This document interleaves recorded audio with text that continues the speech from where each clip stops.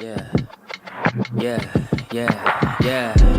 Making her way to the mic. They start dimming the lights. You start feeling alright. From Birmingham, home of the Teddy Longs, and the room is stutters. More once you discover. For all of the lovers, Whitney Houston and Roman Reigns. For all of the lovers, and Mickey James and Marvin Gaye. For all of the lovers, and Sasha Banks, Janelle Monáe, Silk, Sonic, and Paige. Allow me to say, look, I just found a place, sweet escape for every one of us. I was kinda late, I just made it off the struggle bus. Walking by the fate, cause I know it's right in front of us. Yo, I ain't with the hate, gotta focus on what's great. Ladies and gentlemen, Steph Hardy is on the air. Had to drop a couple bars just to make you all aware. So, sit back, relax, enjoy the show. You know I go by Joe or the rest of the flow, yeah.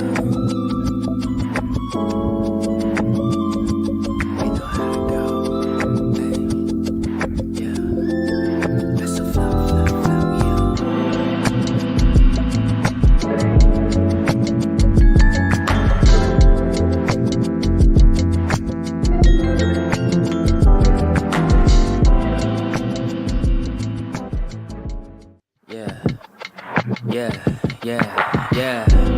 Making her wait.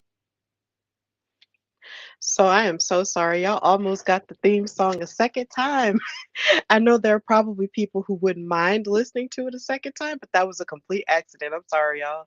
Welcome to a new episode of the Hardy Wrestling Podcast with your girl Stephanie Hardy. I am so sorry I'm late, but a lot of stuff kind of got in the way. But either way, tech stuff got in the way. But I still wanted to come on here and do a show because there's still so much going on in wrestling, even now, as we speak. There was one thing that I wanted to talk about in news and gossipish that took a complete turn thanks to TNA's Against All Odds taking place on this weekend. So there has just been so many amazing things in wrestling happening, but I still wanted to come on and, just talk to everybody about what's been happening because I'm just really excited about where we are in wrestling at this point. So, of course, if you're new to the show, thank you so much for tapping in, and I hope that I can continue to carry on this journey with you as professional wrestling and your fandom continues to grow. And of course, if this isn't your first time listening or watching live, thank you so much for continuing your support of the show, of the brand, and of me in general as a person in this wrestling space. So, yeah, I'm going to hold on one second. I'm going to get started with news and gossipish in just a little bit because being a little weird right now, and I just need a moment to just gather everything and make sure everything's situated first before I continue to go on. Um, this is weird. Okay. Um, basically, I'm just going to continue on with this because my microphone just doesn't seem to want to work with these headphones. It's pretty odd. So we're going to move on into news and gossipish. And this week has been really hot with contract news, all sorts of suspicions, and so many other things. And of course, we have to start off with one of wrestling's most favorite couples at this point, and that's Ricochet and Samantha Irvin. Now, of course, last weekend when I was before you on the HWP News and Gossipish News had just broke that Ricochet had given notice to WWE saying that he was getting ready to leave after the summer was over, and that he would become a free agent. And after that point, we would figure out what he would do from there. But in the midst of that, on this past Monday on Raw, he came out and beat up on Braun Breaker, who was trying to attack Ilya Dragunov. And later on in the night, he suffered an attack from Braun Breaker where he got thrown into the side of a trailer like he was Rey Mysterio back in the day. And on top of that, he was crashed into a windshield by Braun Breaker too. So in the midst of this attack, Samantha was watching in horror because of course she's a ring announcer. She sees all this happening as we're watching it. and she runs away to the ambulance to be with him and to check on him because of course that's her man, that's her fiance. And she's crying really hard and everything, and she goes to be with him in the ambulance. And that was really the last that we saw of them, well, the last we saw of Ricochet on screen, because of course we did see Samantha tonight ring announcing at SmackDown in Glasgow, Scotland. So in the midst of that, everybody and their mama has been trying to figure out what's going to happen with Ricochet, um, and where is he going to go next, or what explorations is he going to have? And there's even been speculation that he could very well stay in WWE if they work it out somehow. Um, a possible rumor that was released this week stated that Ricochet could very well be written off TV for now, but then with the attention that his departure was getting and his possible next moves, that they might be considering bringing Ricochet back for another appearance to maximize the situation. And this is from Mike Johnson of PW Insider, and he wrote that his contract is set to end sometime around July. So we do have to wait and see what's going to happen there. But a lot of people online were definitely stressing out over the fact that Samantha Irving could possibly leave with him because, of course, they really love each other. And couples do sometimes like to work together to sort of keep their, relationship going in that way. But then there are other wrestling couples who do work their relationship out and work in different companies and do it for, a long time at that. So for all we know, Samantha could very well, be staying in WWE if Ricochet does decide to leave, or she could go with him. But either way, I just hope that they do what's best for each other and what's best, individually for their own careers. Um, Personally, I wouldn't necessarily, I would feel a little bit sad if Samantha left, but at the same time, she is a very talented woman who has a lot to offer. So if she does decide to leave, she'll be fine wherever she goes. So big ups to Ricochet and Samantha for performing incredibly well this past Monday, and for just keeping us on our toes and keeping us guessing as to what could possibly be next for them. We'll always watch them and always figure that out. So yeah, it's just really cool stuff going on, and I just hope that um we figure out what's next from there. Eric in the comments saying, hey Eric, thank you for watching on YouTube. And then, of course, something that I was going to talk about was the free agency of Jeff Hardy because his AEW contract did expire. But something that happened because TNA was having an event called Against All Odds tonight in Chicago was the fact that we were surprised with the appearance of Jeff Hardy coming to the aid of his brother Matt. So Jeff is now officially with TNA Wrestling again, and he's cleared to compete. Ooh, excuse me. He's cleared to compete. So now he's going to be out here fighting again. So there is no more speculation about that. Jeff is with TNA now. Um, don't you just love breaking news? Or not even just breaking news, but just how life has a tendency to just change things right when you're in the midst of preparing for a show and you think it's going to go one way, but wrestling's like, hold my beer, and it takes you somewhere else. So it's just funny. But yeah, big ups to Jeff Hardy, big ups to the big bro for making another cool career move. So yeah. Also in news and gossip, we have The Rock back in the news because there was a whole amazing um ESPN column that was done on him and his entire preparation when it came to him preparing for WrestleMania this year, and him, just preparing to enter the ring for the first time in such a very long time. And one of the things that was mentioned outside of him um, being incredibly nervous about his performance in the ring was also just the fact that someone asked him what the plan is going to be for WrestleMania 41 in Las Vegas, and he alluded to him and the final boss character making an appearance that will make it a show to remember. And that's all he could say about that.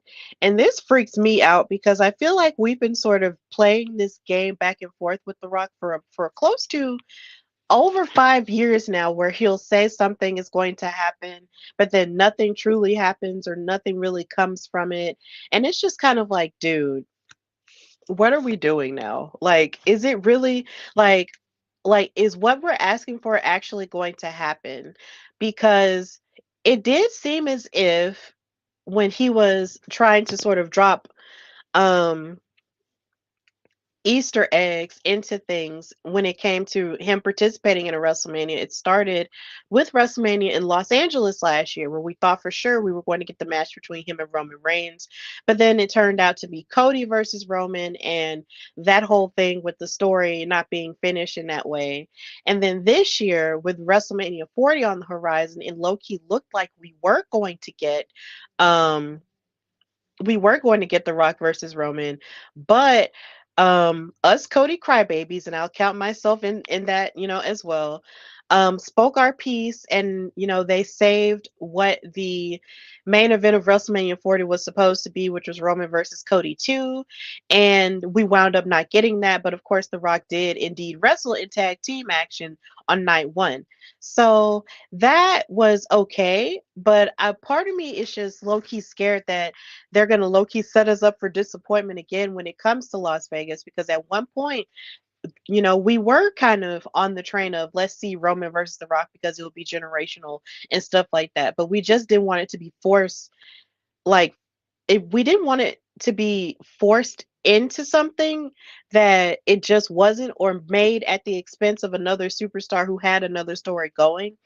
So maybe this year, leading into WrestleMania 41, we won't have that issue and everything will be okay.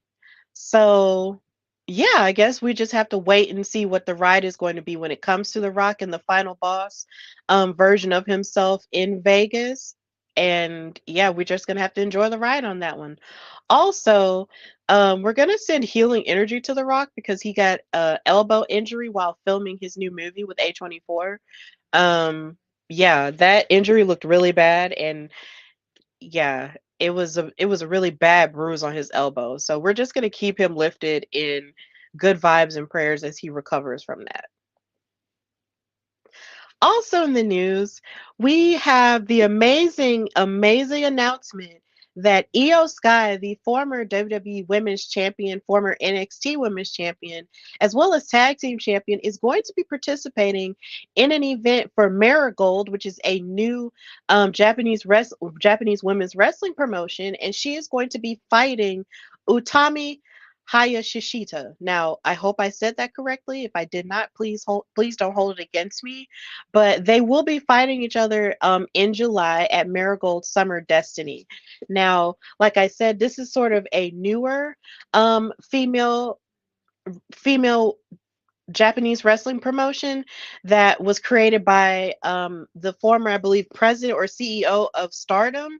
And the idea that this gets to happen just sort of, you know, feeds into the idea of a forbidden door, and not necessarily the forbidden door that AEW and New Japan have going on, but just the idea that WWE is branching out and letting their stars participate in other matches and other dream scenarios where they can fight in other promotions that would definitely love to work with them. And I just think that type of environment is just amazing, and it keeps wrestling thriving, and it keeps it very exciting because you just never know what's going to happen or who's going to turn up where. It's just always really fun that that is happening, and I'm glad that Io Sky gets to participate in that because we saw all the benefits of what crossovers do when it comes to like NXT and TNA, and then we have of course AEW and New Japan.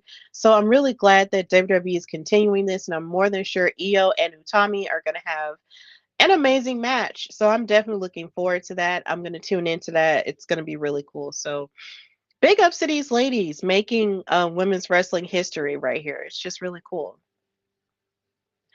Also in the news, we have the possible interest of Hikuleo, please forgive me if I'm mispronouncing his name. Hikuleo possibly being signed to WWE really soon. And something that sort of sent social media into a tizzy was the fact that WWE filed a trademark on June the 11th for the name Tala Tonga. And it is rumored that Hikuleo could be coming in to portray this newer person named Tala Tonga, but we really don't know. But he has expressed interest in possibly going to WWE to be a part of the Bloodline Wolfpack, or the bootleg Bloodline, like Kevin Owens called them tonight on SmackDown. But this really did kind of send a lot of people spiraling into either happiness or anger.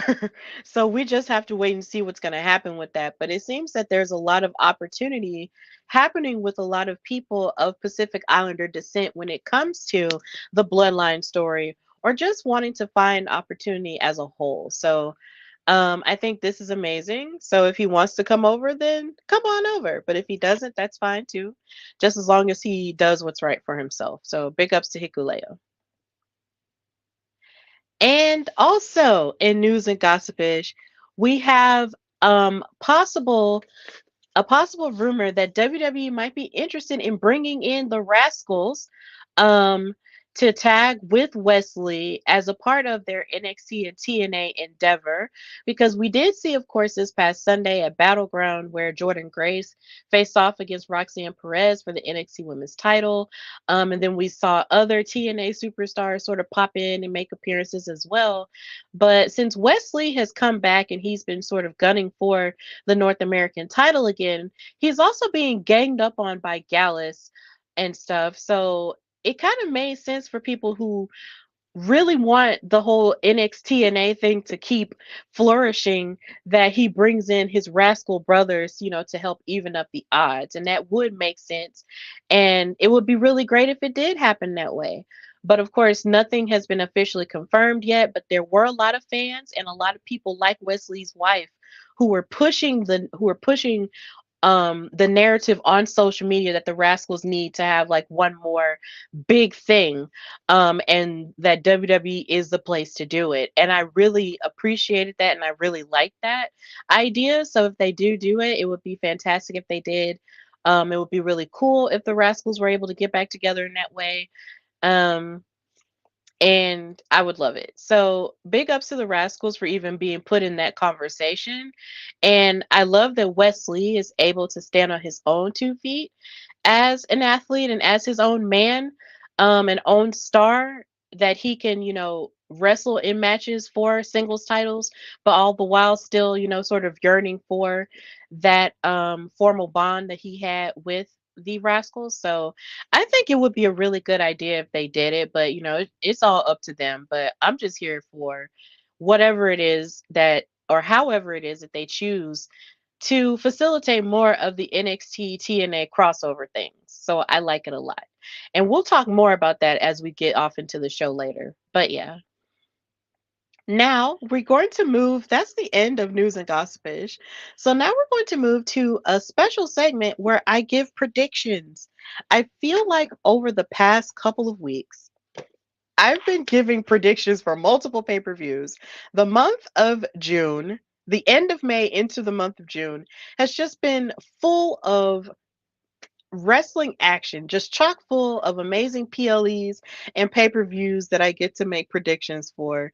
And this is no exception. This weekend, we are having Clash at the Castle taking place in Scotland, which is, of course, the home country of Drew McIntyre, as well as Alba Fire and Isla Dawn and Piper Niven.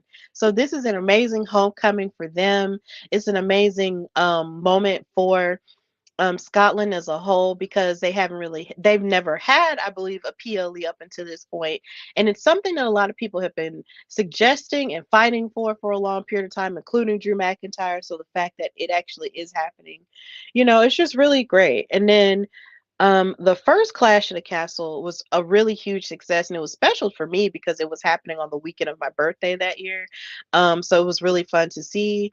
And it was just a show that basically changed a lot of the trajectory of what we see in a lot of people's careers.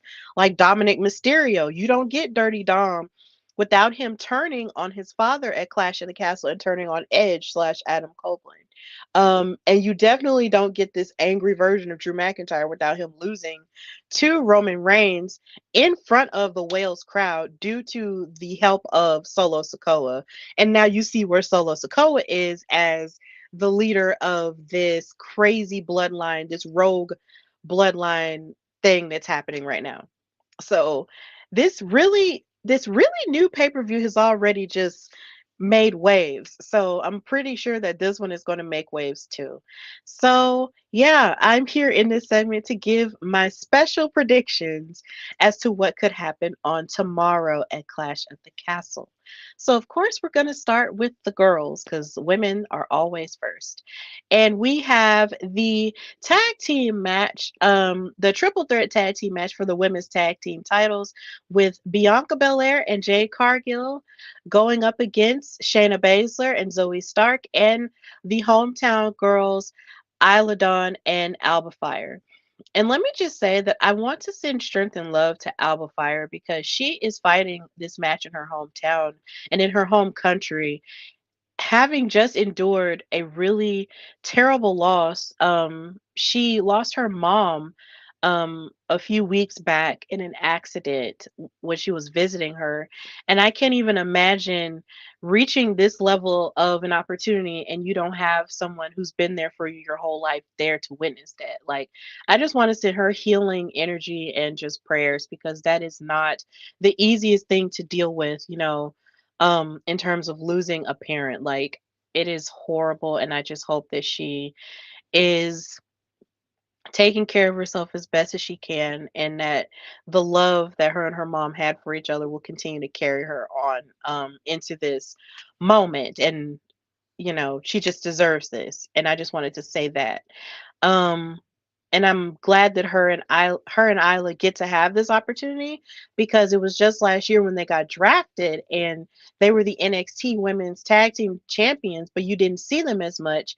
And then when you did see them, they lost, and then they combined the titles together, and you didn't see them that much on TV, and that just kind of bums you out when you think about how talented these ladies are.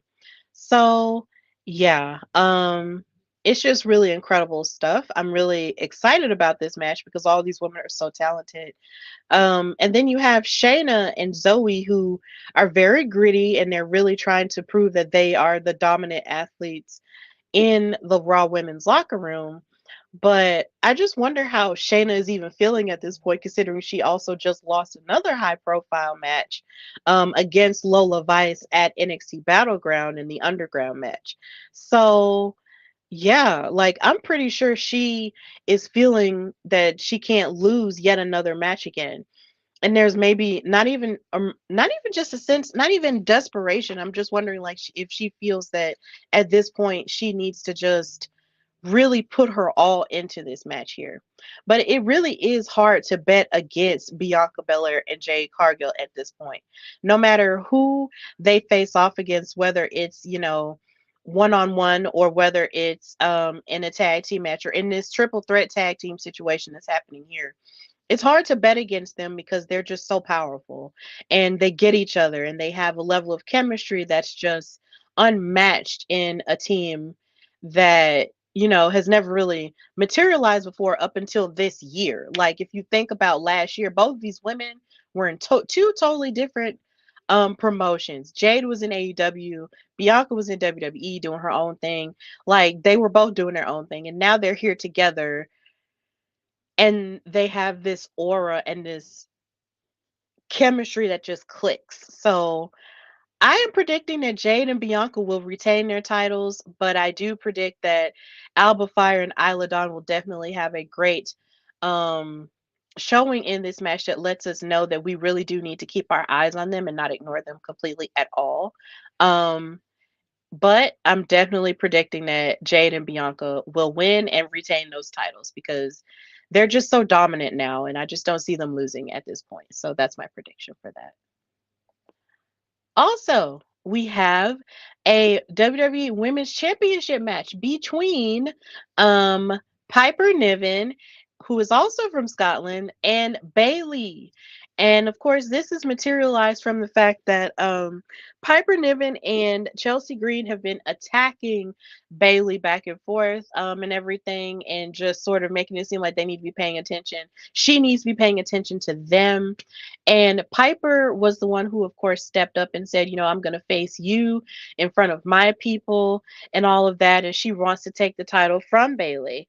And of course, Chelsea was sort of being her spokesperson at first, but now it seems that with this feud, Piper has been able to express and show more of what she can do as an athlete and what she can say um, on her own. And I really appreciated that. Hold on.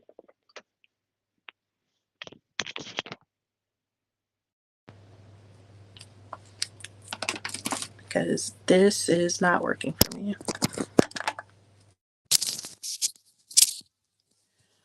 All right. So, like I was saying, I really feel that Piper has really come into herself when it comes to her performance in this feud, and when it comes to like her speaking. And like I said last week, I hated the idea that while she was speaking her piece, everybody on that episode of SmackDown just kept saying what to her as if she wasn't speaking English and as if they couldn't understand her or whatever due to her accent. But my thing is, I could understand everything she was saying, and it seems very clear to me that she has a level of focus that, no one's really like fed into her before. And it's just really cool to see her rise into this occasion of facing off against, a four horsewoman like Bailey.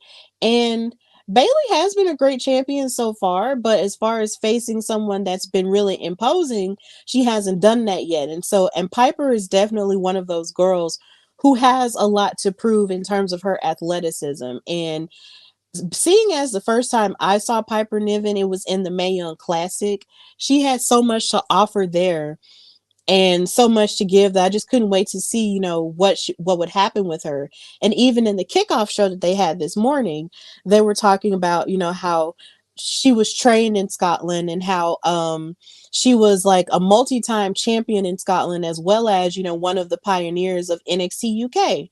So I'm just really glad that they're leaning into all of this and that she's more than just the girl who was just labeled as Dewdrop and made to stand next to Eva Marie. Like there's more to her, and I'm glad that they're feeding into that now. But what I will say is this: I am predicting that Bailey will win somehow. She will win this match, and I'm also predicting that Chelsea Green might be responsible for the loss of Piper, which might cause a rift between them. Because something that I do notice that Chelsea keeps saying is this is going to be our title and our thing. And my thing is, Chelsea, when one woman is a champion, one woman is a champion, and that's just gonna be it. You will not be the champion. This is not the 2000s where Michelle McCool and Layla split the Divas title and split the women's championship in half and just decided to carry it around. That's not how this works. It's just going to be Piper's title. So I have this weird feeling that somehow or another Chelsea's gonna, get too happy with herself and cause Piper somehow. And it would be really sad if that's how it would happen in front of her people. But yeah, Bailey's retaining and she's gonna give her a good match and they're gonna have a great match, but I feel like Chelsea's going to cost Piper. And that's all of the predictions that I have for the women's matches because sadly there are just two women's matches because Liv Morgan, Miss Ma'am, the women's world champion, does not have a match.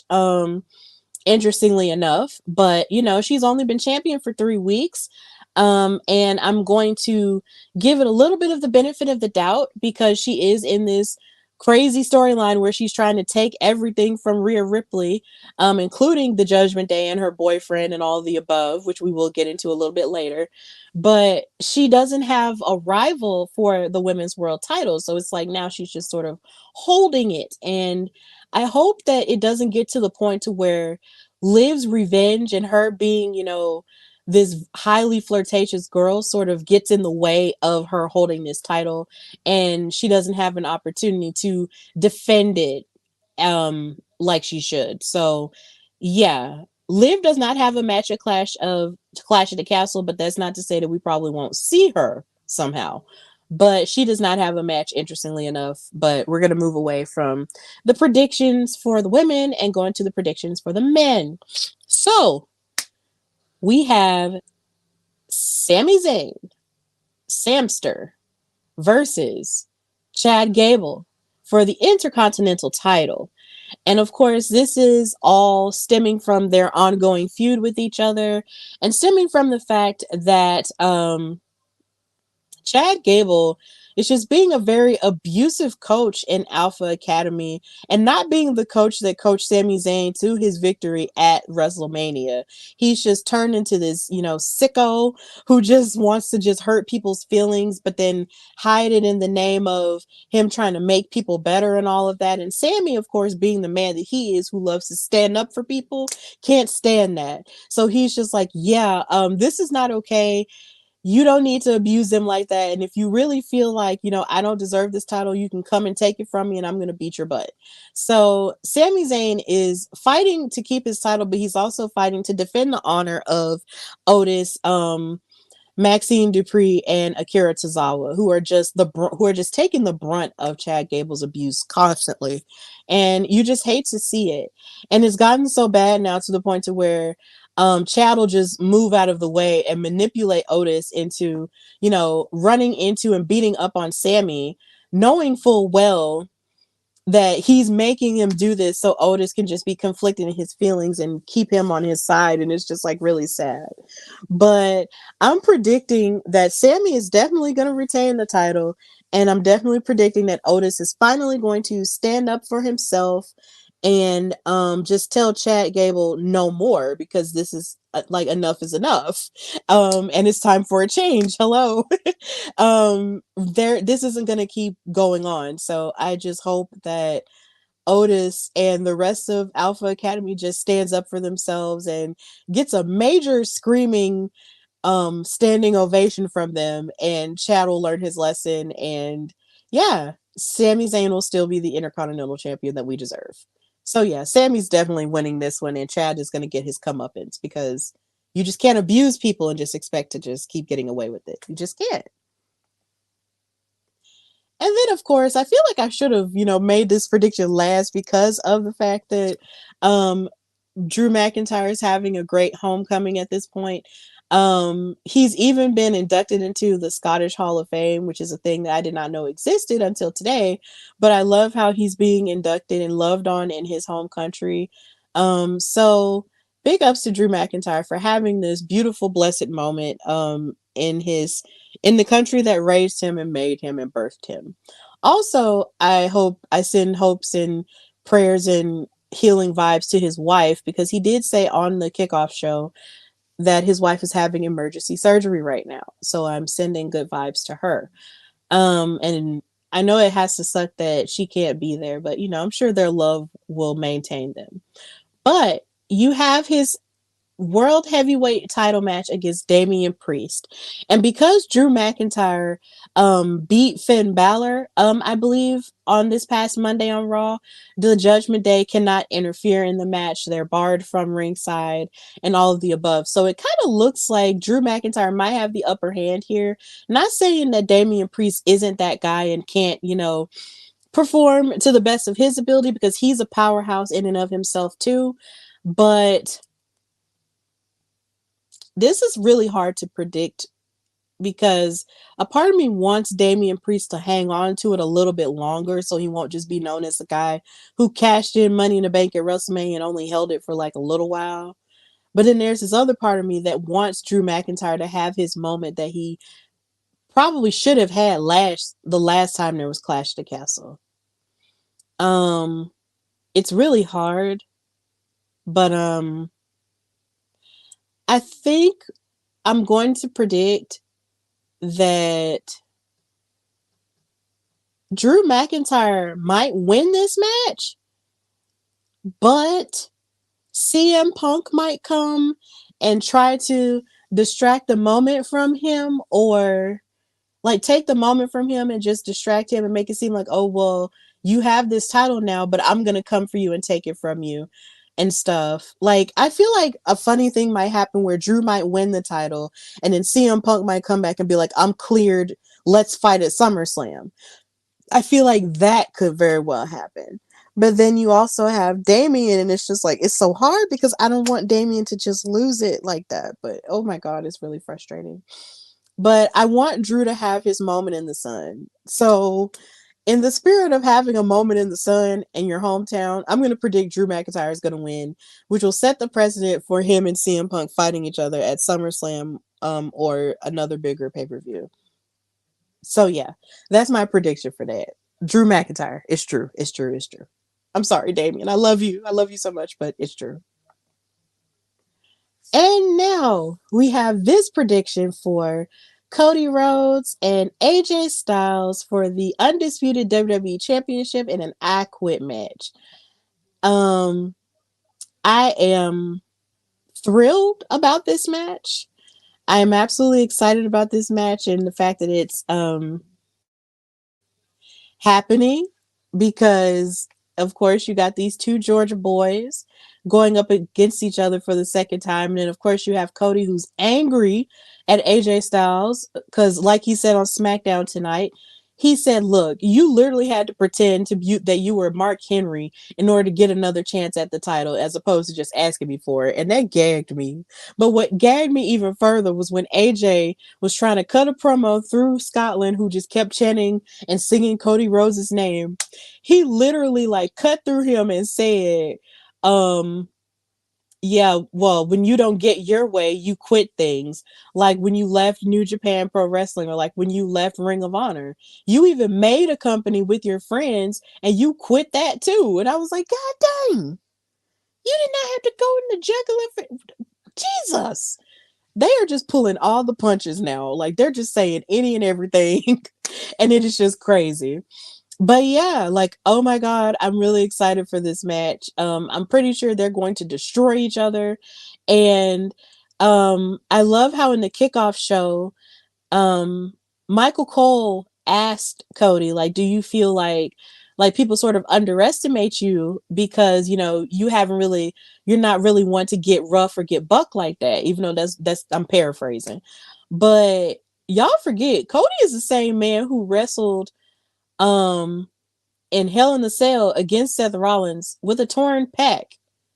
Y'all are also forgetting that this is a man who used to bleed and just do all kinds of crazy stuff in AEW, like crashing himself through a burning table and so many other things like that. And also, this is a man who chose the craziest punishment of facing off against Brock Lesnar multiple times last year and did not give up once. So, something that a lot of people don't really go into is the fact that Cody Rhodes really is like a daredevil of a man. Like he just gives no F's. He's like a honey badger. He'll just go and do whatever and fight whoever because he just has like ice in his veins. He's just crazy like that. He doesn't care. So I believe that that version of Cody Rhodes is what we are going to see tomorrow. The version of Cody Rhodes that can really take it to the edge and take it to the extreme, okay? So don't just think just because he comes out there in his suits, don't mean that he can't, you know, unbutton his cufflinks and get it cracking, okay? So I'm predicting Cody Rhodes is definitely going to retain the title. AJ is going to say, I quit, and we ain't going to see him for a minute. And that's just all. That's all there is to it, guys. So those are all of my predictions for Clash at the Castle in Scotland. Of course, it comes on at different times, but it comes on at 12 o'clock Central, I believe, in Alabama, and then it comes on at 1 o'clock Eastern and all the other times and stuff. So, you know, look that up. But I'm really excited about this. Of course, it's continuing the whole world wrestling entertainment thing. And I just love the crowd of Scotland because they were singing all the songs full power, which is the same way I do too. So it's really great. I'm really excited. So we're going to move out of that special segment and go into what I liked in wrestling this week, which was a heck of a lot, actually. It was a lot of stuff that I liked in wrestling this week, and I'm really excited to talk about it. But then there was also a lot of stuff that I didn't necessarily like in wrestling, too, that I have to be honest about. So let me check the mic again. Cause yeah, it's just crazy stuff. So Kalani Jordan, KVD, Kalani Van Dam, became the first ever NXT Women's North American Champion at Battleground Las Vegas. And I am especially proud of this happening because I predicted it. I predicted it last week. I just felt it in my bones. Something inside of me said, no, this is Kalani's time. And she really did win. So I am just so excited that she won the ladder match. It was an excellent ladder match. You know, all of the women did a phenomenal job. So Ruka had a bunch of moments where she hit like multiple soul snatchers on ladders and everything. Like the girls got smart and even threw Lash Legend out on her behind in the match because she is the larger opponent. And it was just an amazing match all around. So I was really excited for the ladder match. And then of course Mia Yim did a fantastic job because she is a veteran when it comes to these extreme type of matches. And I love Fallon Henley's outfit. I don't have a picture of it, but it was definitely giving cowboy Carter vibes, and I just really loved it. So it was just really cute. And I loved Lash's outfit too, because she had on blue gear, but then she also had on this amazing crown. So it was just really amazing. I enjoyed the entire match. It was great. And I was so happy that Kalani Jordan won because it's like I said on my predictions in the last episode. Kalani had just been in so many bigger, you know, situations in these bigger matches where she would just fall short. And so the idea of her getting to this point and finally winning just meant a lot to me. I was so excited that this happened. And then, funny enough, I actually reshared a video of her, or at least a picture of her holding the title, and on Instagram, and I said I predicted it. Yay, congratulations to her. And she actually said, you know, thank you for that and thank you for the support. And I was like, oh my God, that's so great. So I'm really happy that she saw that, and I'm happy that, you know, she felt supported by me in that moment. Because something that did happen on social media was that a lot of people did not expect her to win at all. And I'm going to get more into that a little bit later. But a lot of people did not expect for her to win, and they were expecting, oh, well, this favorite person should win, or this person should win, and da da da da. And usually when stuff doesn't go our way as wrestling fans, we do have a tendency to harp on it, be negative about it, or just take it over the edge and say all kinds of other unkind things, which was getting on my nerves. But whatever, her accomplishment is her accomplishment, and nobody can take that from her. She will always be the first, and that's all that matters. So big ups to her. Another thing I liked in wrestling this week was the match between Jordynne Grace and Roxanne Perez for the NXT Women's title. They tore the house down. It was definitely one of those matches that makes you proud to be a women's wrestling fan. It was very technically sound.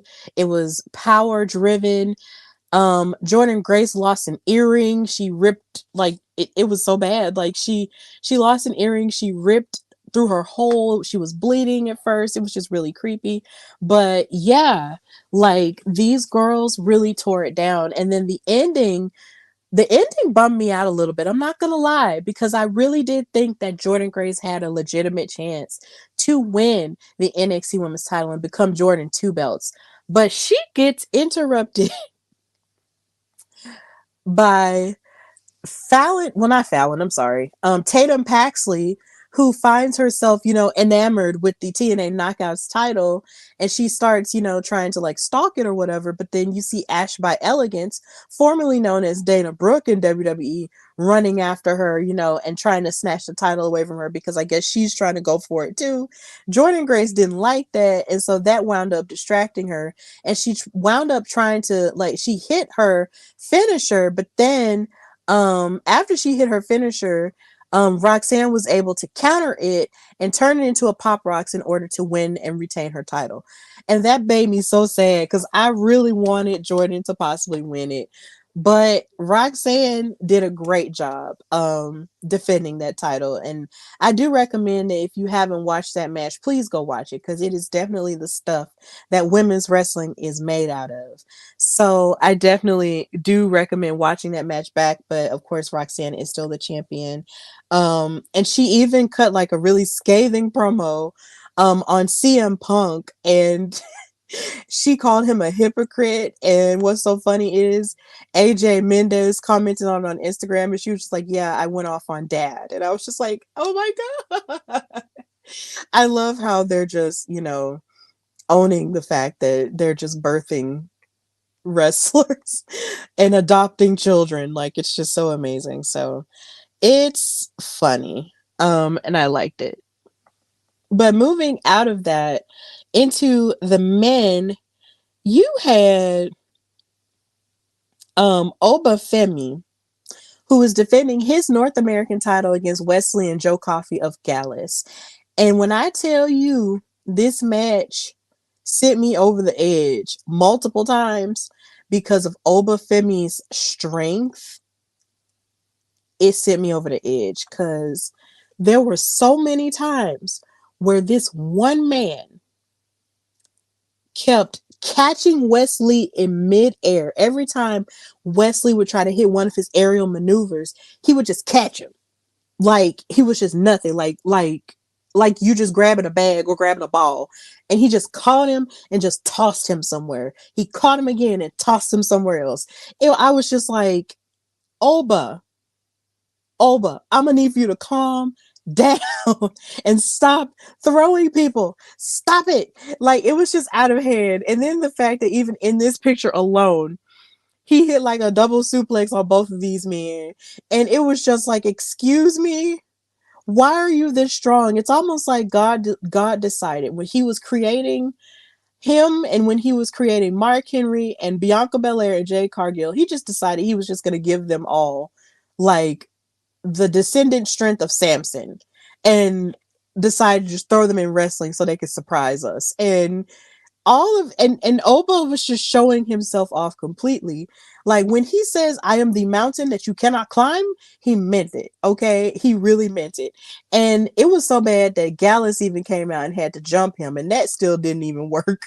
And he was throwing them around. Oba Femi is just that dude. Okay. And we're living in his world. And I love it. I just love it. So big ups to Oba Femi for defending his title successfully. Wesley and Joe did such an amazing job in this match, but at the end of the day, Oba is the man. And that's all I have to say about that. Like, he was just crazy. His strength just is just so scary at times, but I love it. And then another funny part about NXT Battleground was the fact that, of course, Sexy Red was hosting, and she was doing a pretty good job hosting, kind of being a low-key host, not like a host that just pops up for everything. She would pop in every now and again. But there was this one part where Sexy Red and Lola Vice had a twerking thing that they did find out about, I guess, on the internet, because a lot of y'all and even myself were saying, you know what, I low-key want to see what would happen if they had a twerk off, because Lola loves to dance and loves to shake her hips and stuff. And of course, Sexy Red loves to dance. So they both got together and had a twerk off. But what I wasn't expecting was Sexy Red making Sarah Schreiber twerk. Like, she was like, nah, you finna twerk too. And then Sarah looked really caught off guard by that. And I just thought that was the funniest thing ever. It was low-key like a scene from like an early 2000s film where this one white girl would be in a scene with all these black people, and they would try to make her join the fun and dance with them, and she just doesn't know what to do. That's what that felt like. It was really funny. I just could not get over how funny that was. And I hope that Sarah, had a good time doing that. And because I really had a good time watching that take place. So that was just really funny. So that was really all I liked from Battleground. And of course, there's still so much more to talk about in wrestling this week. So when it comes to Raw, we're still living in a timeline of Demon Time Live. and that's my new nickname for her, is Demon Time Liv, because she took it to a whole new level this Monday when she decided to pop up in the Judgment Day clubhouse with her legs crossed, with a skirt on, some high heels, and some stockings, looking like she was finna get ready to get some action. And when she walked up to Dominic and said, I can't believe that you have to deal with someone who makes you call her mommy when you should be with someone who could be calling you daddy. And I was just gagged. I was like, excuse me, daddy? This is what we're doing? This is what we're doing. This is what we're doing. Like, my brain probably crash landed a couple of times just off of the sheer fact that she said daddy like that. And I was just like, what? Are you serious? Um, it was so funny because when this happened and when the next moment happened that I'm about to discuss, it was like everything just shifted from this just being a wrestling show to just something completely different. And of course, Dominic was trying to fight her off. And she was like, yeah, I'll go for now. And all this other stuff. And I'm just like, Liv, girl, why? It's just so crazy. But what makes it even crazier was this happened. During a match that was involving the LWO and the Judgment Day, Liv comes out there and inserts herself, and then Zelina Vega is still, she's still heated from the exchange they had on Twitter, while also, being just heated at Liv as a whole and just not liking any of this. And she starts beating up on Liv, and then she pushes Liv over, and Liv somehow lands on Dominic and straddles him in a very, very provocative pose, as y'all can see. And Dominic is low-key looking like he likes it, but then low-key looking like scared that this is going on. And then he's even more perplexed because she gave him her hotel room key card and asked him to join him. And his Judgment Day bros were like, no, that's not good. But then Carlito was like, nah, that's cool. And it was just it was just the most funniest thing on the planet. But this is really looking like some Netflix and chill action right here. And I was just like, oh my God, they're really doing this here. And this was where my boyfriend texted me and said, the PG era is dead. It really is dead, because I can only imagine how many parents had to look their child in the face after their child asked them, Mom, Dad, what was going on with Liv and Dom? I don't even know. I just think this is just hysterical. And I just can't wait to see Liv get the brakes beat off of her at this point, because it's just getting out of hand. It's just getting out of hand. But another part of it that's getting out of hand is the fact that Finn took the hotel room keys. So I'm just wondering what the heck is happening here. It's like, so did he go and meet Liv, and did they talk about things, or did they rub abs against each other? What's going on there? So it's just a lot. But this is just, it's so messy. I love it. And also another thing that I want to just give a little bit of commotion to is just how amazing Zelina Vega looked. Of course, she went to the Puerto Rican Day Parade that was in New York with Damian Priest and everything, and she wore pieces of her Puerto Rican gear that she wore at Backlash last year. And then she came to Raw, and she came here with this purple hair and these hoops and this outfit, just looking like a goddess. And I just wanted to take some time out to just express how much I just love this woman and just how beautiful she is and just everything that she represents. She's just so amazing, and she just looked great here, and it just made me, and just looking at her abs just made me never want to eat another fry, and just start all over again with myself. But other than that, she just looked absolutely amazing here, and I just wanted to just give a little bit of commotion here for how great she looked. And she is cleared to compete, so for all we know, she could very well be next in line to challenge Liv for the women's world title, or she could win something, win like a qualifying match, for Money in the Bank, and finally win Money in the Bank because she deserves to be Miss Money in the Bank, Miss Vega in the Bank. So let's keep our fingers crossed. But either way, she looked beautiful on Monday, and I just had to just give a little bit of commotion for that. Now, another thing that had some commotion on a very emotional um tip was Samantha Irvin and her reaction to Ricochet getting attacked by Braun Breaker outside of the arena. Oh my god, like after he got attacked, it was really sad.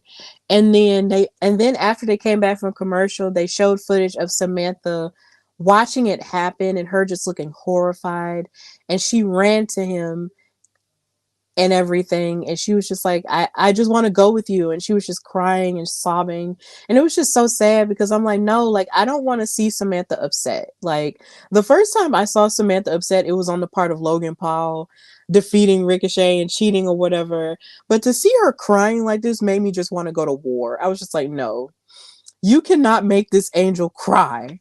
I wanted to make Braun Breaker pay myself. Now, mind you, I can't fight, but damn it, I wanted to fight then because I was like, you're not gonna make Samantha, the angel of our lives, cry. You're just not gonna do it. Okay. So I'm hoping that somehow or another there can be some vengeance on the part of Samantha and on the part of Ricochet because that was just foul. So yeah. Samantha just tugged at my heartstrings with her crying, and I was just like, no, no. And then you have all the rumors saying that this was how Ricochet was getting ridden off of television, and I'm just like, y'all, I don't know, but if this is the way he's gonna go, then this is really dramatic and crazy. But at the same time, oh my god, I just don't know. I just don't know how this is gonna work. But either way, this was very hard to watch, and I don't want to see Samantha cry ever again. And that's just how I feel about the situation. But in the absence of Samantha Irvin and her awesome ring announcingness, and I know that's not a word, we had Pat McAfee be a great team player, like we know him to be when it comes to football and everything else, and step in to be the interim ring announcer for the rest of the night because there wasn't much of the show left after that point. So he decided to ring announce the last match, which was Drew McIntyre versus Finn Balor. And even though he has been at the center of controversy as of late when it comes to his off wrestling duties, this man consistently shows up as a crazy wrestling fan who just loves wrestling like all of us do with such passion and fire. And he said, look, I'll step in if they need me to. And he grabbed the microphone, pushed his commentator headphones up, and announced Drew McIntyre as a handsome bastard from Scotland. And then he announced Finn Balor as part of the bum ass Judgment Day. And he said that he has zero body fat on a 225-pound frame. And I was just like, Pat McAfee sounds like me when I'm introducing guests on this show. Like whenever I'm introducing a guest on the Hardy Wrestling Podcast, I always talk about all of their accolades and all the ways in which they're awesome. And his ways was just really comical and funny to the point to where if he ever decided to do it again, I'd be open to it because it was just really funny and just goofy. And then you have Michael Cole saying, I don't think that's how it goes. And your voice was cracking a little bit, you know, just being the professional voice of WWE that he always is. But big ups to Pat McAfee for stepping in, okay? Because in life, you're just going to have to step in sometimes on behalf of others. And I'm just glad that he did that. So, yay, Pat, for stepping in and being the ring announcer that we needed at that point. Because, of course, you know, he's no Samantha, but there's only one Pat McAfee. So, yeah. Another part about Raw that really tugged at my heartstrings here again was Otis talking about, you know, how this whole thing with Alpha Academy has him messed up, but you know, Alpha Academy is his family. And when he was, you know, talking to Sami Zayn about what was going on, he was talking about a lot of the things that he's lost over the years. Like his brother, he said his best friend and his brother Tucky, who was Tucker from Heavy Machinery, because a lot of people may or may not remember he was a part of that tag team for a while. And they were even in, you know, they were in NXT and then they were on SmackDown and they wound up, you know, breaking up, and then Tucker got released and we never really saw much of him again. So Otis was on his own. And then he mentioned that he lost his peach, which was Mandy Rose. And that really tugged at my heartstrings because that was one of my favorite love stories in 2020 when the Hardy Wrestling Podcast got started. Like that was one of my favorite things that was happening in wrestling at the time, was the love story between him and Mandy. And how he was fighting with Nick Nemeth, formerly known as Dolph Ziggler, for her affection. And I was just like, oh my God, it was just my favorite thing. So the fact that he mentioned that, you know, and having lost that as along with losing the Money in the Bank briefcase, like when you think about everything that Otis has lost up until this point, it does kind of make you sad. Like, dang, like Otis really had a tough break. But when he found Alpha Academy, he felt like, you know, he really found his folks. So imagine, you know, you find your family and then, you know, it turns out that your family isn't even a safe space anymore because Chad is just turned into this ogre of a man. It's just horrible. Um, you just hate to see it. But this is why I'm hoping that he does stand up for himself on tomorrow, like I mentioned. So yeah, big ups to Otis for being vulnerable with Sami Zayn there. Cause that was just very um it was just really heartfelt. And there's a part of me that does wish that they would re-sign Mandy Sachs so they can continue that storyline because Jesus, they deserve better. But yeah. Um Oh, I'm such a romantic. I just finished Bridgerton. Whatever. Let me just chill. So when it comes to what I liked in wrestling in NXT, I love that Kalani started the show and that she addressed the people as, of course, the first ever NXT Women's North American Champion. And you could tell she was very excited, but then also low-key kind of nervous too, because as the crowd was chanting, "You deserve it," you know, she was just talking and she was going really fast. And a lot of people were coming down on her for it and everything. But my thing is, hey, um, champions rise to the occasion and she has a champion's heart. So as long as she keeps going in that way, she will always, you know, evolve in a great way. So I was just really happy for her in this moment and just basking in the afterglow of winning this title because that's a huge deal, you know, for someone who only just started wrestling 2 years ago. And even on Twitter after she won, Big E shared a story of saying that he was there for her WWE tryout. So to see how far she's come in just 2 years and now seeing her be a champion, you know, it's just amazing. So it's just really great. Um, and then you have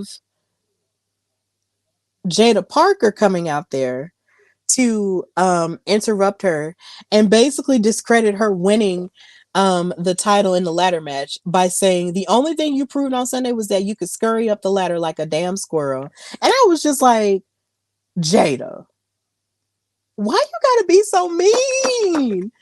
Jada is just like, oh my God, she's just so lethal with her tongue on the microphone, Lord. Like, she's just so rough. But then she gets interrupted by Michin, you know, who beats up on her because they have their beef going on. And that led into their match. And their match was pretty good. And the funniest part about their match was the fact that Mia actually got a pin on her while also slapping her in her booty for the second time. And what's so funny is that she tried to cheat, but then the OC had Mia's back and took the chair from her and everything. And I'm just like, dang, Jada, you just going out like that. But Jada now wants to take it to the extreme with Mia. So I'm just wondering how that's gonna work. But I am excited, and I was excited with that first segment. But the thing that irritated me the most when it came to Kalani winning the title was the fact that there were so many people who just did not expect her to win, that there were just so many folks on social media saying, oh, well, she doesn't deserve it, and well, they're just doing this because, you know, she's this, or because she's Carmelo's girlfriend. And I even saw one person say that they're just copying and pasting Carmelo's career and putting it on hers. And Carmelo took offense to it, because if you may or may not know, Kalani Jordan and Carmelo Hayes are an item. They are in a relationship. And the fact that someone, I think it's absolutely lazy, and I'm going to make the screen big so y'all can see my face when I say this. I think it's absolutely lazy when somebody attributes the success of a woman to who they're dating or who they're married to. That is the laziest crap I have ever heard and ever seen in my life. Like, to just say, oh, well, they have to be banging somebody to do this, or they have to be having sex with this person to do this, and all this other stuff. I hate that, because a woman can have her individual goals and dreams without having a man attached to them. And the idea that someone would say, oh, they're just copying and pasting Carmelo's career onto Kalani is just backwards as F. And then it's stupid because, first of all, when Carmelo was North American champion, the women's North American championship didn't even exist. So you bitches, I'm sorry. I just cursed. I'm so sorry. Y'all are reaching.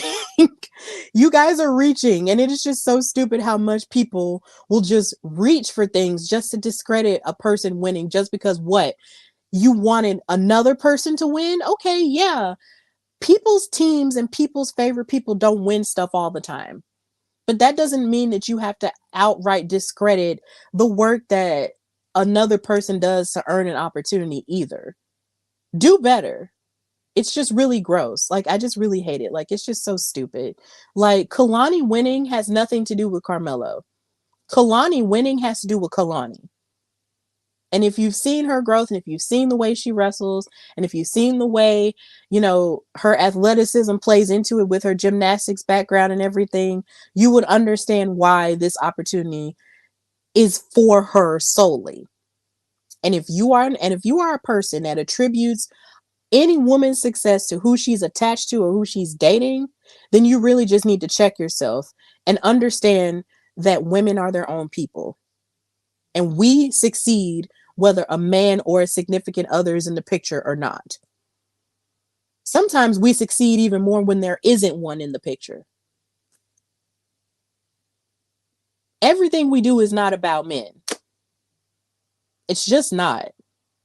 Find something else to talk about. And stop trying to discredit people when they win an opportunity or when they get an opportunity for themselves. Like, it's gross. Find something to do.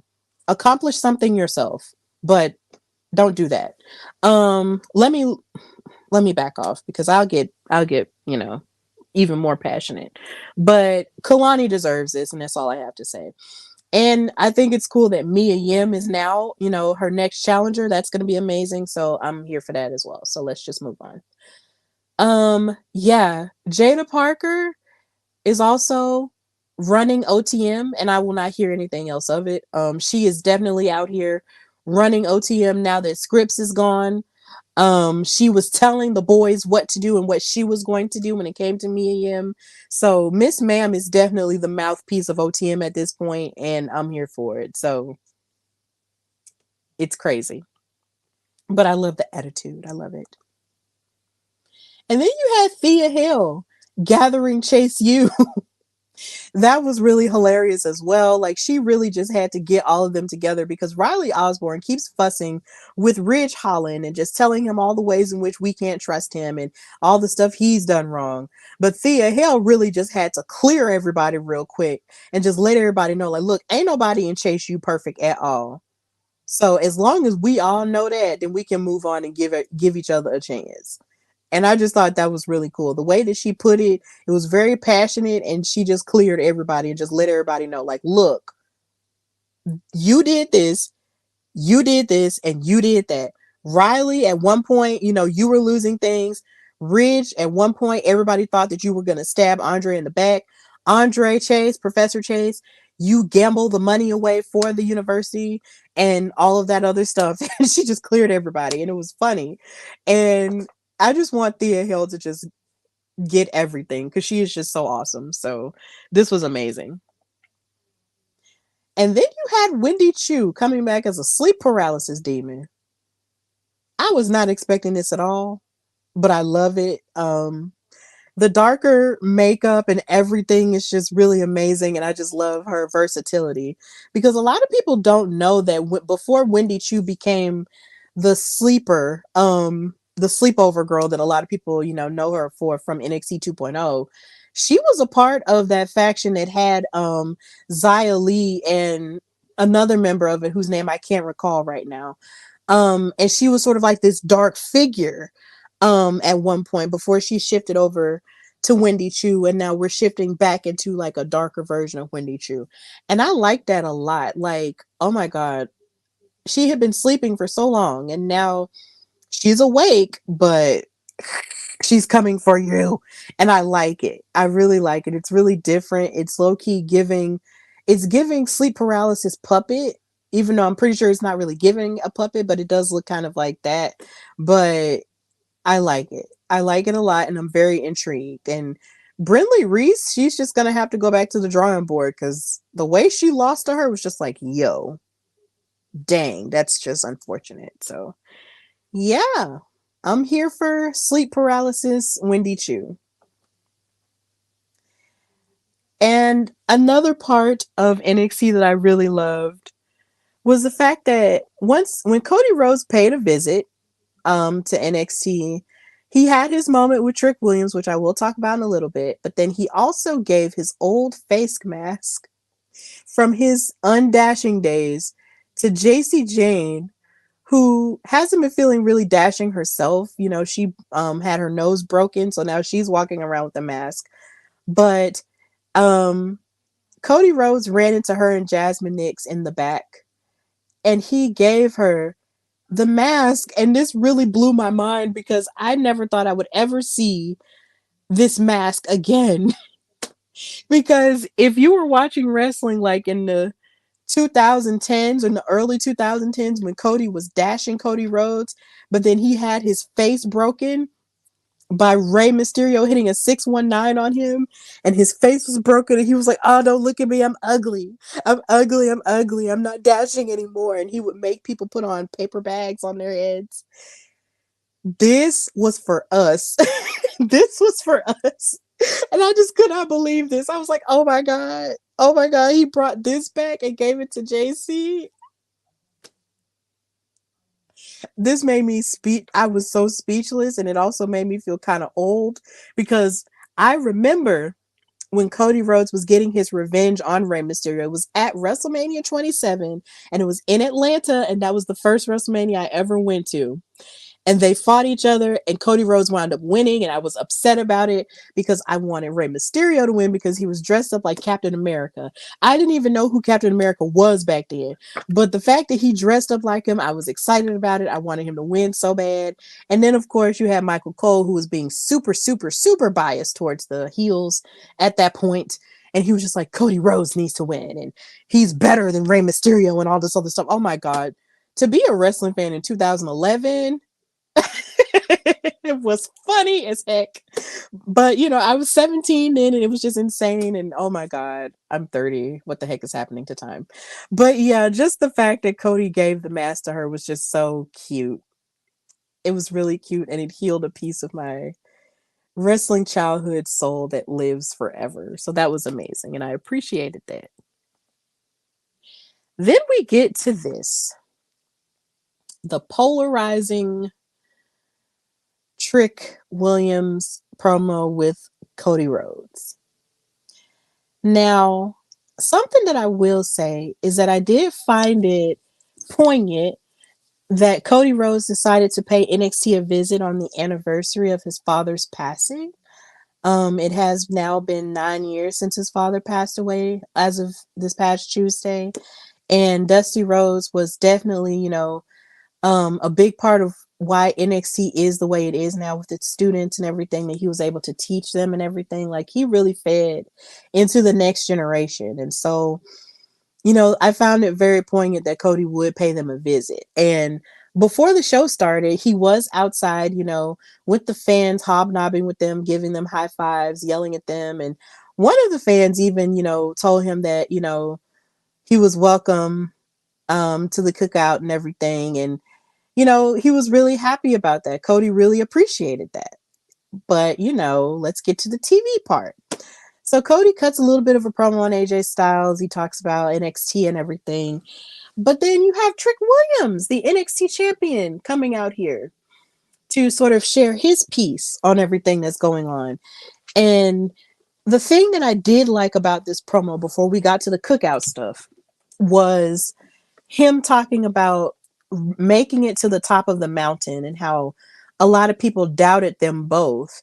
And what I found most poignant about this was the fact that people, did doubt them on their way to the championships that they currently hold, but they're still doubting them now. And I think that's why the promo sort of hit me in a very different way. The way that Trick, said that, what do you do when you get to the top of the mountain, and, how do you stay there? And I just found it very poignant that happened, because it feels like on my side of things, whenever I'm looking at social media and seeing the things that people say about Trick and things that people say about Cody, it's almost like once you get to the top, people find about 10,000 different reasons why you don't belong there. And they do, because they clearly worked for it. Except, of course, it's a little bit different because their journeys are different. Because, of course, Trick Williams found a new calling for himself when football didn't necessarily work out. Whereas wrestling is in Cody's blood. And in order to prove that he could be a top guy, he had to leave a comfortable place and create moments for himself and change the game in order to get to this point. So why are there so many people saying all the time that they don't deserve to be where they deserve to be? So that's the part I really liked about that promo. However, it went completely left. When Trick asked Cody Rhodes, with the 4th of July coming up, are you going to the cookout? And Cody looked at him like, what?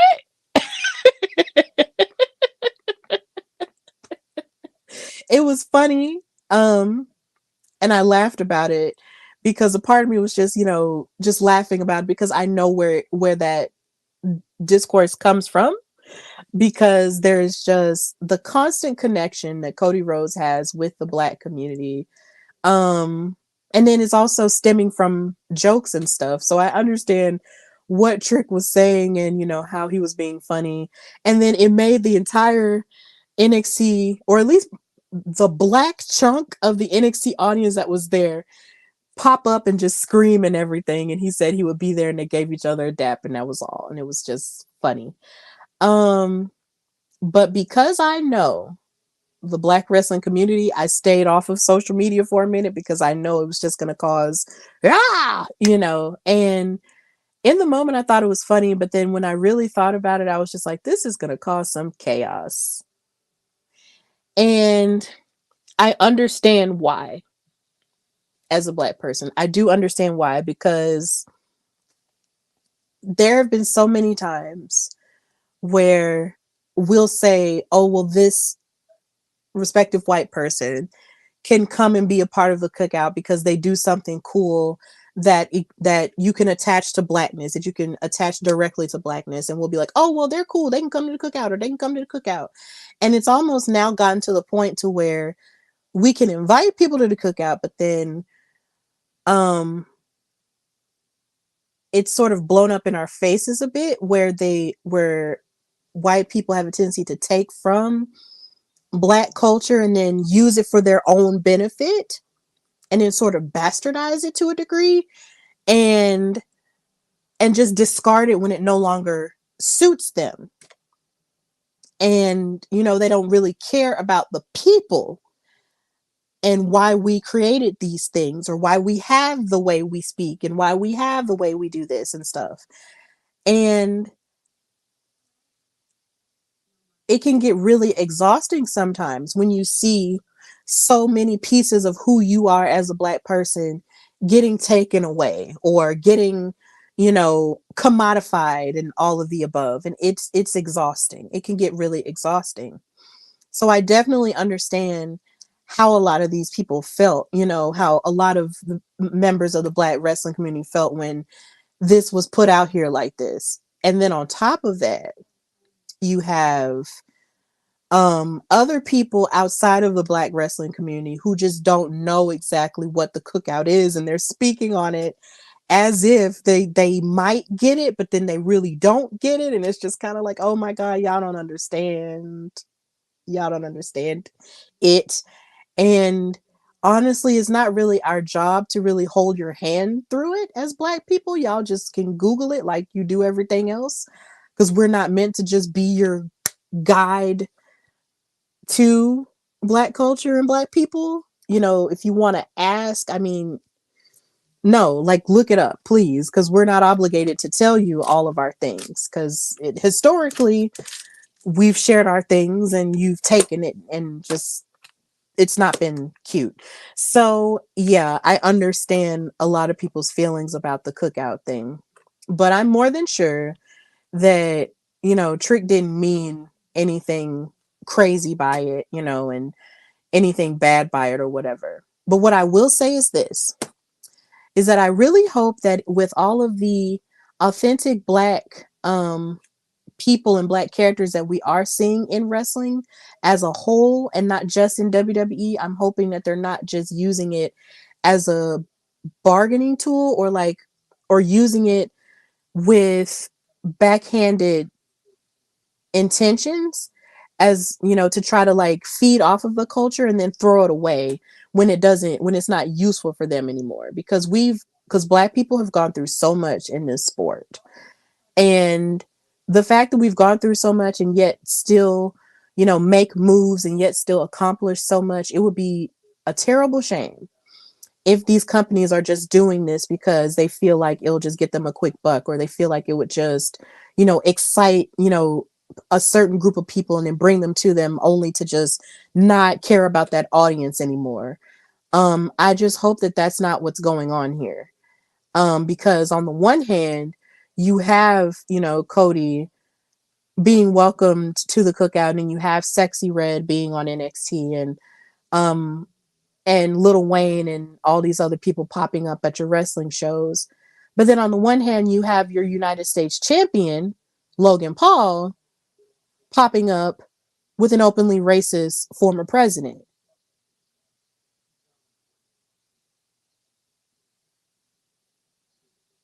Make it make sense. Make it make sense. I'm just saying. So, moving away from that, I know it just got dark for a second, but I just had to be real. Um, Another thing that I did love about wrestling was this interaction that Cody had with his former AEW associates in the back of the NXT locker room. And he told all of these people, like, look, it looks like you guys are in a good place. And he walked away from them. And this was satisfying.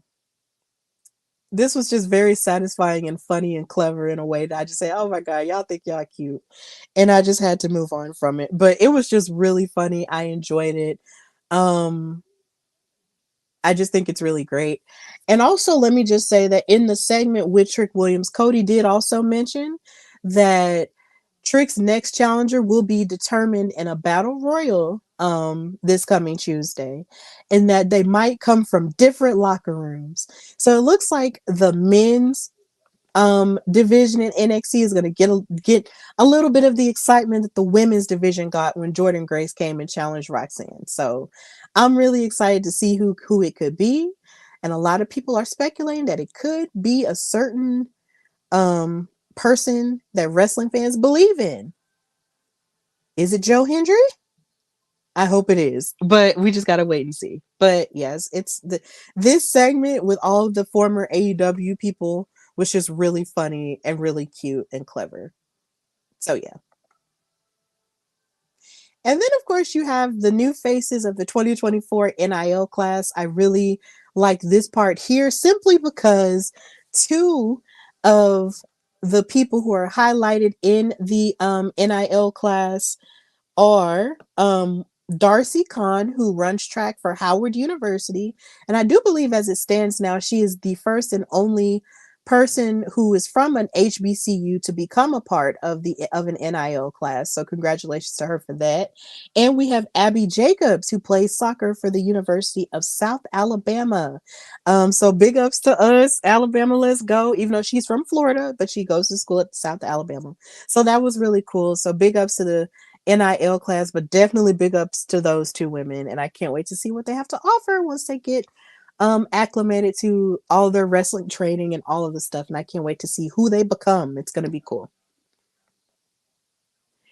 And also, let's stop bullying Vic Joseph. Something that's been happening over the past few weeks is that folks have been bullying Vic Joseph, calling him a snitch and doing all this other stuff just because he's doing his job. And then you have Booker T, who, of course, finds all sorts of reasons to argue with him a whole lot. And I'm just like, look, let Vic Joseph be Vic Joseph and let him do his job, because as quiet as it's kept, he really is like one of the people who could very well like take over when Michael Cole decides to hang it up. And when Michael Cole decides to retire, and mind you, I'm not rushing that by any means. You gonna have Corey Graves there, but then you gonna also have Vic Joseph there. And I feel like, even though everybody makes fun of him and stuff like that because it's funny, I feel like he just deserves more respect, because some of the calls he be making be on point, even though sometimes he just be real goofy with some of the stuff that he says, like especially when the crossover stuff happens. I mean, he's smart about everything. He knows everything about this business. So I really feel like he deserves more respect. So this is just me talking about, I guess, how much I love Vic Joseph, and how I just feel like we should just respect him and give him his flowers more, because he really is a great play-by-play commentator. And maybe one day, who knows, I might commentate with him and give him, you know, some fun. Maybe one day. But yeah, let's show love to Vic Joseph more and just stop, giving him such a hard time for being a journalist.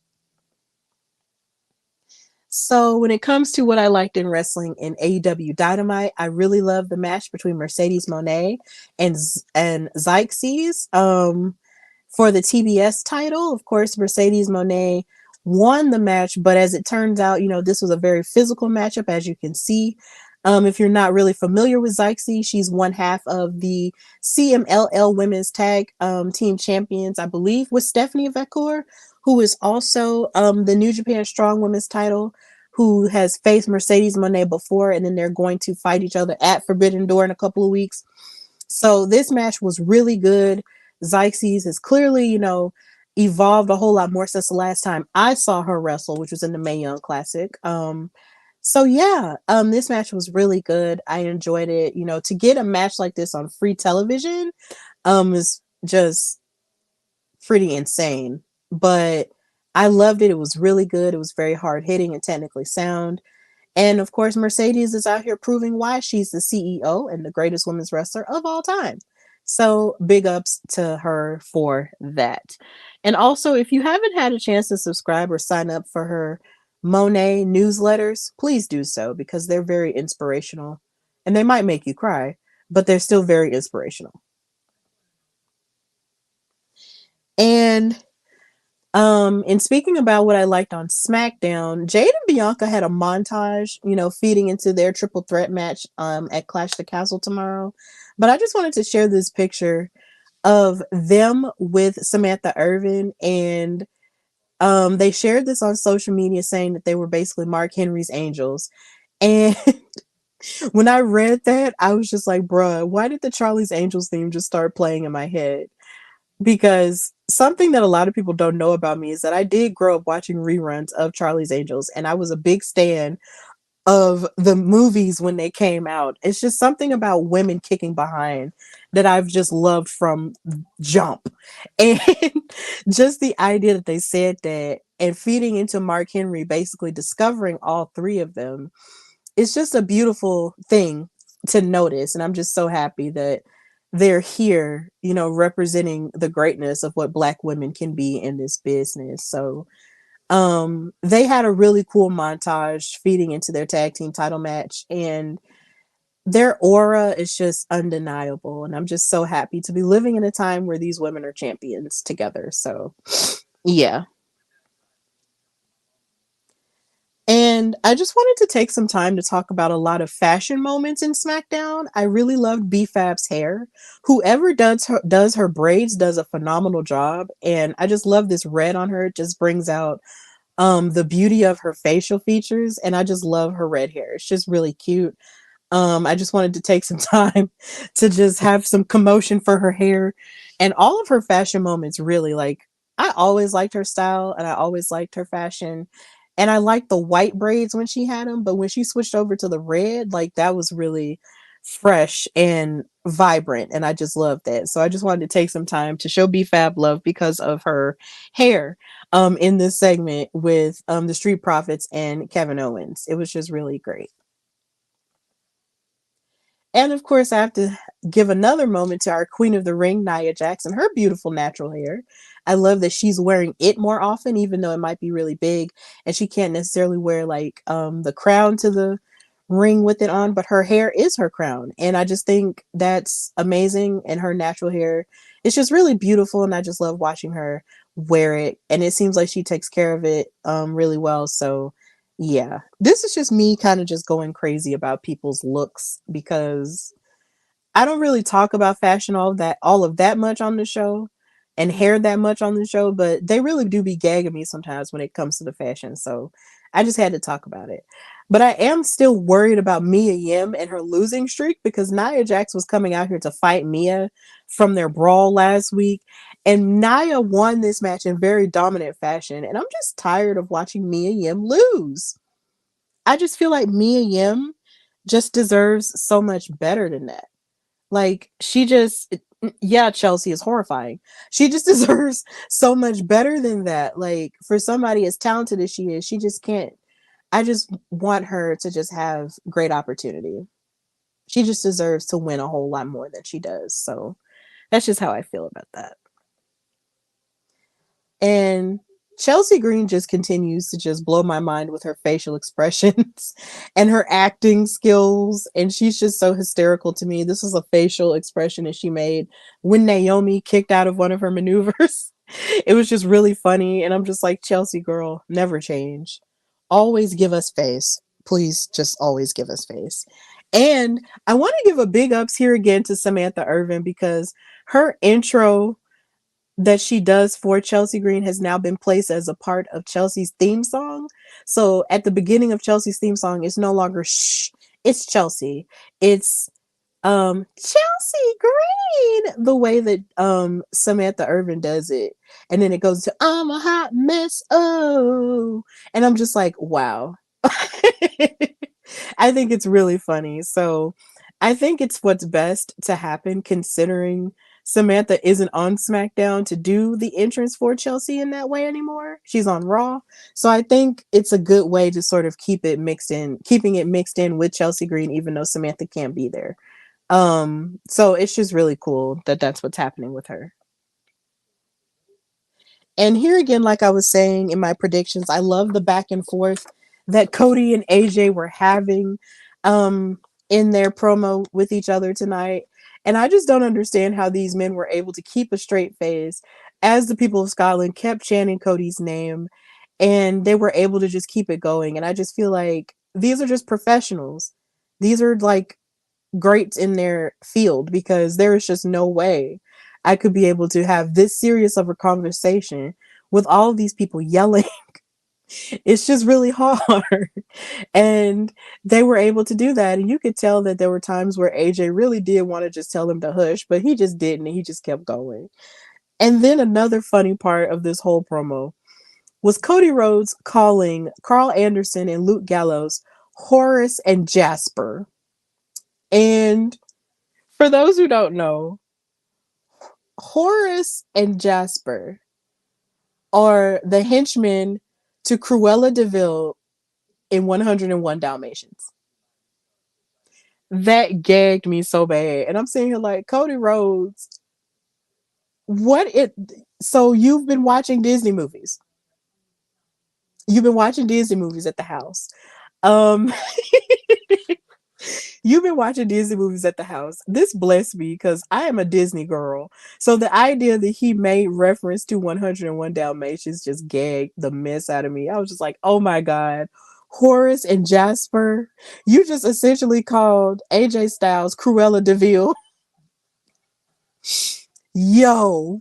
That is just really insane to me. But I just thought that was just really funny. But AJ did kind of cook him a little bit when he said, like, look, you have quit everywhere you have worked for. And it seems like when the going gets tough, Cody Rhodes gets going. And I was like, God dang, they were destroying each other. But then Cody turned it around and said, yeah, I do leave sometimes, but I leave because I'm always moving on to something better. And I was glad that he said that because some folks be trying to make it seem like just because you move from place to place or you jump from job to job, that you're just out here just doing it just for the sake of doing it or when things don't go your way. No, sometimes you do have to leave when it no longer serves you. Like, don't be blindly loyal until you run yourself into the ground. Okay? Like, leave Cody alone. His journey was his journey. So be quiet. It's okay. But yeah, their segment was fantastic. And I'll just never forget that Cody called them Horace and Jasper. He's been watching 101 Dalmatians at the house. And then, of course, you have Grayson Waller and his Grayson Waller Effect show with DIY as guests. And they came and talked a lot about, hold on a second.